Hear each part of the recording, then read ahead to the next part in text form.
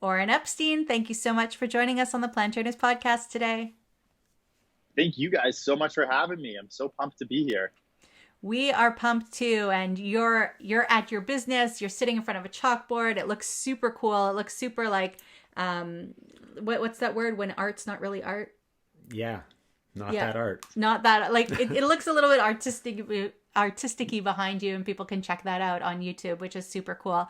And we wanted to know if you have a moment of gratitude to share with us. Definitely, as a small business owner, I'm so grateful to still be in business. In September, it's October, November now, and that all my staff are happy, healthy, and coming to work every single day. I know a lot of other people, business owners, aren't as privileged to have that right now, and I'm just super grateful to be able to still be in business and be of service to my customers. I think that's wonderful, and I think that's great, and we're so happy and proud of you for making it through COVID, and we're happy for your workers that they're still there, working, getting paid, and all of that. I thought of the word, it's abstract. It's very abstract behind you. But coming back to that, I was just having a conversation with somebody this morning who was in a microgreens business down in the United States, and they sold microgreens to high-end restaurants, and, they shut down. They foresaw that they weren't going to be able to get their product out, and that restaurants were shutting down as well, not knowing when they were going to open up. So there's so many people who have pivoted, so many people that have done complete 180s, 360s, 120s, whatever you want to call it. So it's great that you're still here, and I guess that you must have support from some really great customers who have kind of been there for you throughout this. Definitely, it has been trying times. The grocery stores have really changed up during like the heat of COVID back in March. Grocery stores were really focused on getting like toilet paper out on the shelf, managing lines, managing expectations, and it's been a lot of learning, like you said, a lot of pivoting. And I'm super grateful for our blue chip customers that are continuing to support us and want local organic products on the shelf. Because now more than ever, it's so important to be eating really good nutrient dense food to really boost immunity and support local. I think there's a couple of good points there, and definitely eating organic, eating well, and let's come back to that a little bit later. But I wanted to talk about supporting local because we have these big grocery stores who are supporting local, right? Because they're carrying local products, but sometimes it's easier for them to go more corporate themselves, right? And find ways to cut back costs because they have to pay more in cleaning and they have to pay their employees more. So maybe they're cutting back on local. So why is it important to support local, and how can consumers support local? Definitely. Well, first and foremost, every time you purchase something that's made by a local producer, you're voting with your dollar to let that grocery store know that you want more local products on your shelf. So it's really important that you do that because you're literally casting a vote with your dollar. It's so important right now to really be supporting the little guys and local producers for a number of reasons. Like you said, there's a lot of business levers that have shut down and are unavailable for local producers to sell to, like in the hospitality industry, in the food service industry. And purchasing their product at a grocery store might be the only source of income they have right now. As a small business or any business operating right now, like during COVID, there has been a huge increase in the additional cost of doing labor. I know myself, I've done everything I can to protect my staff, and that includes a huge investment in PPE. And when the necessity of PPE is so important, especially in food manufacturing, and a lot of suppliers have really upped their prices during the beginning of COVID. The main suppliers, they gave all their gloves, all their masks to the hospitals, and there was a huge shortage, and a lot of people came in and they really boosted their price. On average, a lot of companies that I speak to have already spent like $30,000 to $40,000 just on masks and gloves alone, not even to take into account the additional procedures, thermometers, health checks. Myself, I have a team of around 20 to 30 here at my facility, and we were paying to Uber in all of our staff with private transportation, an effort to really flatten the curve and to keep everyone safe and healthy. So there's a lot of increased costs involved, and a decrease in revenue and a lot more spending that has to occur. So when you're supporting local, you're helping small businesses maintain their business and be able to operate safe and efficiently. I think it's really important for people to really listen to what you just said, Oren, because there's a lot of people don't really think about it that way, and they kind of just go and buy whatever's convenient. But when you have that choice to make that purchase, really think about what you're buying and where you're buying it from, because it does make a big difference. Oren, what has really changed other than the increased costs and the added PPEs? Has anything really changed for you and your company over the last 8 months since COVID hit that is really maybe other reasons for smaller businesses to be shutting down right now? Yeah, of course. Well, first and foremost, there weren't people out in grocery stores buying food. There has been this huge emergence of direct to consumer market, um, direct to consumer sales, and getting a website going. And the cost of just getting a good working functioning website is really expensive. And then you have to figure out marketing to actually attract your customers. You're no longer able to be at trade shows or events or in the community talking and meeting people. You have to find alternative ways to connect with consumers. Not only that, but there's a lot of learning that's involved too to provide the best service possible. We've heavily invested in a lot of processes. For example, our customers get an Uber-like notification, and they can watch the order arrive to their home, and that's so important because we really want to enforce social distancing and contactless delivery. So being able to see when your food is arriving, meet the driver at the door, know your food's there and safe, and then being able to bring it inside right away. That's a huge investment right there as well too. And not even the logistics too. So No, lots of moving parts. yeah, not even the logistics. Plus, everybody's at home on Zoom, and they don't want their food sitting out in the sun for 3 hours before they can, get up to go get it. So if you can see it there, put yourself off camera for 2 seconds, run and get it, put it in the fridge and get back. That's super important. And I think that a lot of people listening don't really have this idea of how companies have had to pivot, especially the small ones, and how cost effective it isn't, right? You're doing all this to stay in business, not to make more business. So if prices go up by $1 or $2, it's not because you're going golfing. It's because you're doing what you can to keep your employees employed, to keep food on the table for their families, to make sure that, moving forward, your amazing, organic, sustainable, business is there to support the community moving forward, not just you, but all of these small business owners who really have the small people at heart. And not to say that we need to move away from ever going to, big businesses or anything like that, but keep that in mind, that if you have the opportunity, go out of your way and spend a little bit of extra dollars, once a month, to buy directly from a small business. Or as the Christmas season comes in, or holiday season, I should say, comes in, think about what small businesses you can be supporting as opposed to bigger businesses. I know that if somebody got me a food subscription, it's funny, Adam asked me what I wanted for my birthday the other day, and I was like, can we get a food subscription for a couple of weeks? I think that's a great gift, especially since people are not eating out as much these days, and they're not, they're cooking so much more. To be able to sit back and relax and let organic, good produce be delivered to your door and just open it up and eat it. What a relief it is for working moms. There's been so much talk about wearing masks and all the PPE equipment and protecting ourselves from the outside. And I want to really talk about the importance of working from the inside and eating the food that's going to boost our immune system and keep us healthy from the inside, because I don't feel like we're talking about that enough. And I know that you're in the food business, and we'll talk about BioRaw shortly. But before we do, maybe we could talk about what kind of foods we should be putting inside of our body and whether or not they should be organic, because that's a big, hot question that's been around for years, and it still comes up all the time. Is there really such an importance to the organic foods, and how could we use the food to boost our immunity and get us healthier from the inside out?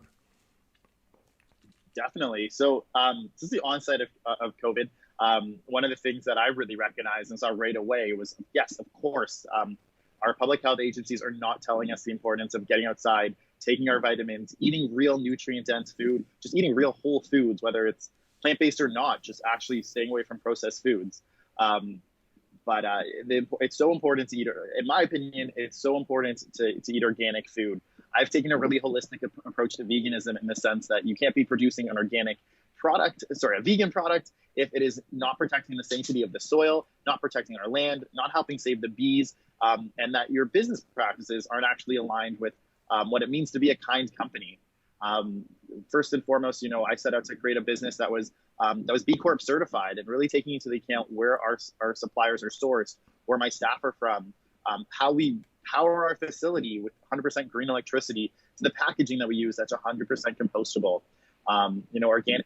Beyond all that, organic food is a supply chain that protects and maintains our food systems. The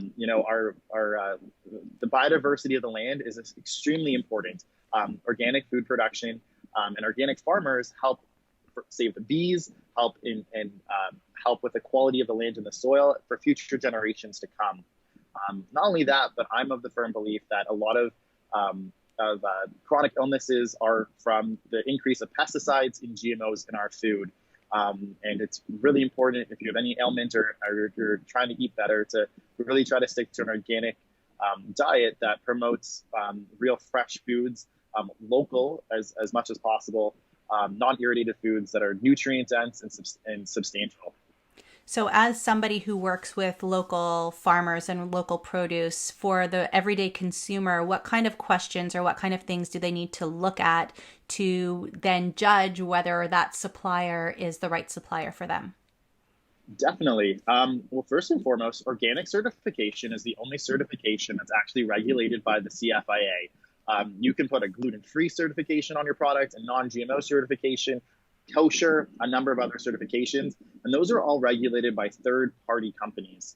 So it's kind of pay for play, whereas organic certification is regulated by the USDA and the CFIA. And as an organic food manufacturer, it's not enough to just put organic on the product. You want to look for that as a consumer, you want to look for that certification. That certification truly means that you've walked the walk, talked the talk, and that you've not only invested in that organic certification, but that you never have the opportunity to choose when you want to be purchasing as a food manufacturer what's organic and what's not in your product. I often hear the term thrown around, organic or local when available. And as a food manufacturer, prices are constantly fluctuating. At the beginning of COVID, our dollar here in Canada was really, really down. And if I didn't care about organics and I was really more focused on the bottom line, I would have, as a food manufacturer, I would have switched to the cheaper input. And that cheaper input would have been non-organic kale at the time. That's not what I'm about. And even though it cost me more money to make our meals and we were making our products at a loss, it was so important for me to continue to hold our integrity first and continue to make a high quality meal that our customers know and love. Because it's so important for everyone to continue to support that food system. I really respect that, and I think that that's something important for consumers to look at. I remember when COVID first hit, our kale was as a consumer in the store, our kale was at like $4 something or $5 for a head of kale, and they were tiny and ridiculous looking. And now here we are in November, and it's back to like $150 or something like that. And they're big and they're beautiful. So for the fact that you continued, I know that the retail and the wholesale prices are different, but the fact that you continued using it, you're that bottom dollar and losing out. I know that going forward, it's definitely going to pay forward. And I think that wherever people live in this world where they're listening, there will be people like you who are doing the same thing, and it will be recognized by consumers, and the karma will be returned, right? Definitely. There's a lot of people probably listening that have a product idea or a food idea or a business that they've recently started. What would you say to them if you wanted to encourage them to keep going and not give up during these trying times? Definitely. So one thing that I know has really resonated with me and has helped me keep going throughout these trying times is the importance of community. I'm in this business to be of service, and to whether that's being of service to the animals and getting more meat off our plates, whether that's to protect the environment and truly prove that as a small business, I can do big business without compromising. But just remembering why you're doing what you're doing. And that, for me, first and foremost, is to be of service. If I wasn't continuing to produce the meals that I produce, no one else would be. And there would be a huge space on the retail shelf, literally and figuratively, for people who are trying their best to eat healthy. And that do have dietary restrictions and do need access to clean, healthy food that is that's convenient, easy, and substantial. Our meals are suitable for people who are gluten-free and nut-free, and of course dairy-free. And it's often really difficult to find in a big grocery store or even a small city to find food that is aligned with their dietary preferences and needs.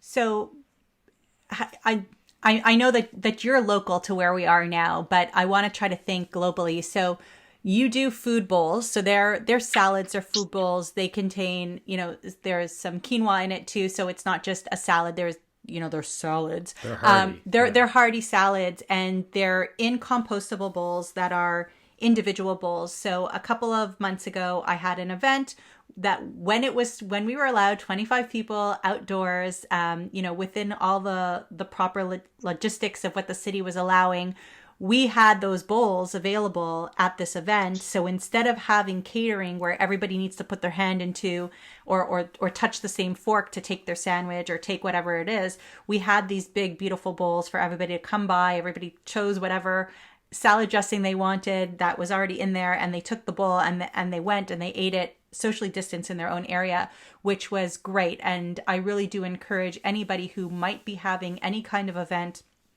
please stay within the restrictions of what your town allows. But, doing something like that or finding other products or services like BioRaw in their area, let's just brainstorm a couple of other ideas as we get into, December, January, where people can be thinking about using organic, local, small businesses to help their parties or their events or their work, or just so that will help their life, but also help that company. Definitely. One of the great this year, when you're looking to give, like, as you said, for your birthday, you want a food subscription, but purchase a gift card from a local manufacturer or a local artisan. It goes a long way, and it helps keep them going. I keep telling a lot of people to, at the beginning of COVID, a lot of people were staying away from ordering off Uber Eats and Skip the Dishes and a number of these different food services. And because of the fact that, Uber Eats takes a percentage and a commission on every sale. But which is very detrimental to a small business because it is taking a percentage of profits. But if I owned a restaurant or a cafe, I can't manage to have my own drivers, my own delivery people, a whole network, and set up a website to do that myself. And I might rely on people supporting me through Uber Eats and through Skip the Dishes and other food platforms. So if you are looking to get takeout this holiday season and we should be staying home and not venturing out of the house, go on Uber Eats, go on DoorDash, and support a local business that might not be able to get traffic any other way because their doors are closed and their cafes are closed, or they're limited to one person in and out. I know a lot of restaurants here in Toronto are strictly on these types of platforms, and that's their only source of income. Instead of boycotting these players, look at it as a way to support the smaller guys. It's definitely a difficult time. It's very challenging for a lot of small businesses, and a lot of people have been eating at home, which has been a positive to the whole situation, and probably eating a little bit healthier. But when going out or ordering food, people need to be considering who and what they're ordering and where they're getting it from, because it does make a big difference. So, Oren, here in the GTA, in Toronto's area, you have a company called BioRaw, and you're delivering all these amazing salads. I want to give you the opportunity to tell our listeners about the product, about the company, and how it came to be, because it's really turned into something special. Definitely. So I actually have two businesses. My first business is called The Vegan Broker. And I launched that about 6 years ago to do everything that I can to help support local plant-based businesses with what they need to be successful, from concept to shelf right to the retail basket. Working in some of Toronto's best grocery stores, like brokering deals and being out and about across the GTA, I found it really, really difficult to find a fresh, healthy meal that was aligned with my dietary preferences, wasn't $18 or $20, actually tasted good and fit my macros. And I didn't have the time to prep a meal from start to finish. So I would found myself like driving around the city eating containers of hummus with a spoon. So I launched BioRaw to really solve a need that I was facing head on. And I realized that a lot of other people were facing too, where they wanted to be eating healthy, but unfortunately they weren't finding food that actually met their needs. Or if they did, it was super expensive. Not only that, but it was often being met with a lot of highly industrialized inputs.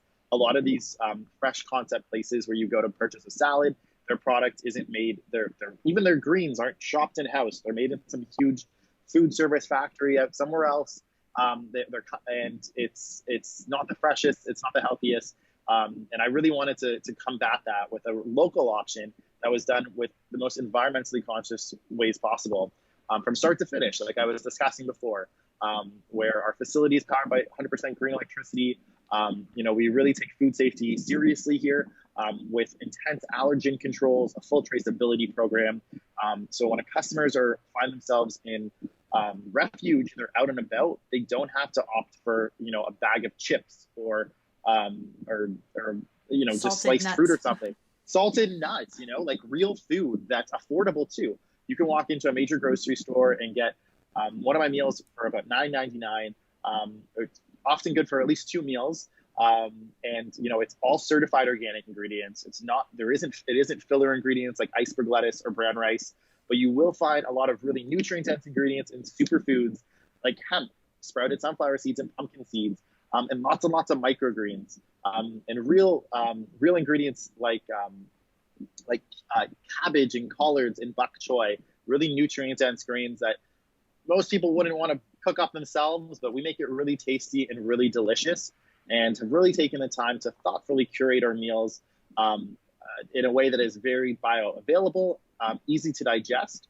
For example, all of the beans that we use are not only tested for glyphosate at the source to ensure that there is no pesticide residue on them, but they're soaked overnight, they're cooked at really high temperatures, and then they're rinsed, which helps lower the lectins in them, which is what a lot of people have problems with when it comes to digesting beans. So trying to make really good food that's really going to fuel you throughout your busy day ahead. Thank you for all of that. We've always been a supporter of BioRaw, and we're so happy to have you here today and talking about this. The people on YouTube are going to have to just deal with it, and Adam's going to have to do a little bit of editing. But the first question that I normally ask people, but for some reason skipped over for you, is why did you become plant-based or vegan, and how has it changed your life? Definitely. So when I was an undergrad, I found myself doing a lot of different experiential marketing, and I found myself working for a really cool local protein bar company. I ended up at all these vegan food festivals, and I was exposed to like these wicked awesome dairy-free cheeses. And one of the things that I couldn't live without was cheese. I found these awesome artisan cheeses and these great products. I slowly started to cut meat and dairy out of my diet, and I immediately felt better. My skin cleared up. I suffered from a lot of acne. I used to have a lot of chronic inflammation, and I found out right away that, within a few days, as soon as I cut dairy, eggs, meat out of my diet, that I felt better, I looked better, I could throw through the day and have energy, and then I wasn't missing any flavors. There were so many great alternatives available, especially in the big city like Toronto. It's 2020. You can go almost to any restaurant. I think even, not that I'm going to go to McDonald's, but I think even McDonald's is trying to launch something soon. We've got Probably. Beyond Meat everywhere. We've got dairy-free cheeses at every single pizza chain here at least I think here in the GTA. And there's awesome plant-based restaurants and chains popping up everywhere. So there's no excuse these days. I think almost every grocery store has a vegan section. Hopefully all of them have BioRaw on the shelf soon. But there's no excuses. I went vegan to feel better. And once I learned more about how the meat and dairy industry is destroying our earth and the planet, and how horrible animal agriculture is and all that information, I could never go back. It's so important to me. With all that knowledge and the horrendous things that happen in animal agriculture, I want a better future for tomorrow, and I really am investing in myself today by choosing a plant-based organic lifestyle. It's very inspiring to hear you talk about it that way. You mentioned all these other restaurants and places where you can get all this amazing vegan food.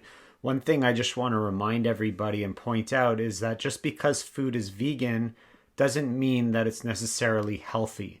And that's something that I think a lot of people miss when they talk about, oh, I'm vegan, now I'm healthy. But you know what? You could be healthy eating Oreos, which are vegan, and that's not, you can't be healthy eating Oreos if I just said you can be. You can't be, because it's not nutrient dense food that's going to sustain your body in a healthy way. Whereas if you find smaller companies that are offering food like BioRaw does, where it's nutrient dense, it's organic, sustainable, excellent quality food, that's what's going to keep you healthy. So people really need to differentiate between the vegan food and the healthy food. So I wanted to point that out. Definitely. Oh, go ahead. No, I'm just going to say, like, most people, you either go vegan for the animals, for your health, or for the environment. And I think it's so important that when you are choosing a vegan lifestyle, that you take all of that into account and really try to stick to a whole food, plant-based lifestyle with minimally processed foods. And that includes a lot of greens and a lot of nutrient-dense ingredients, and stay away from all that processed stuff. Yeah. For sure. So again, today we really wanted to highlight how local businesses are a combination of, I don't want to say struggling, but overcoming challenges, going the extra mile to protect their consumers, to protect their employees, and really doing a great service for the community. We were so grateful to have you here.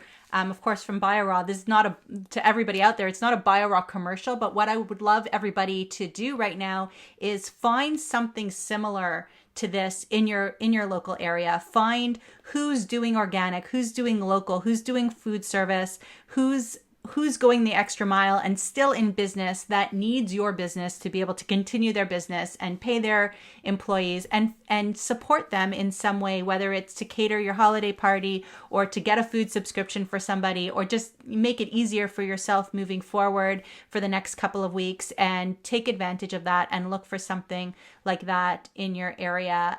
Oren, thank you so much for being here. We're always so happy to be consumers. We're always so happy to be promoters of you.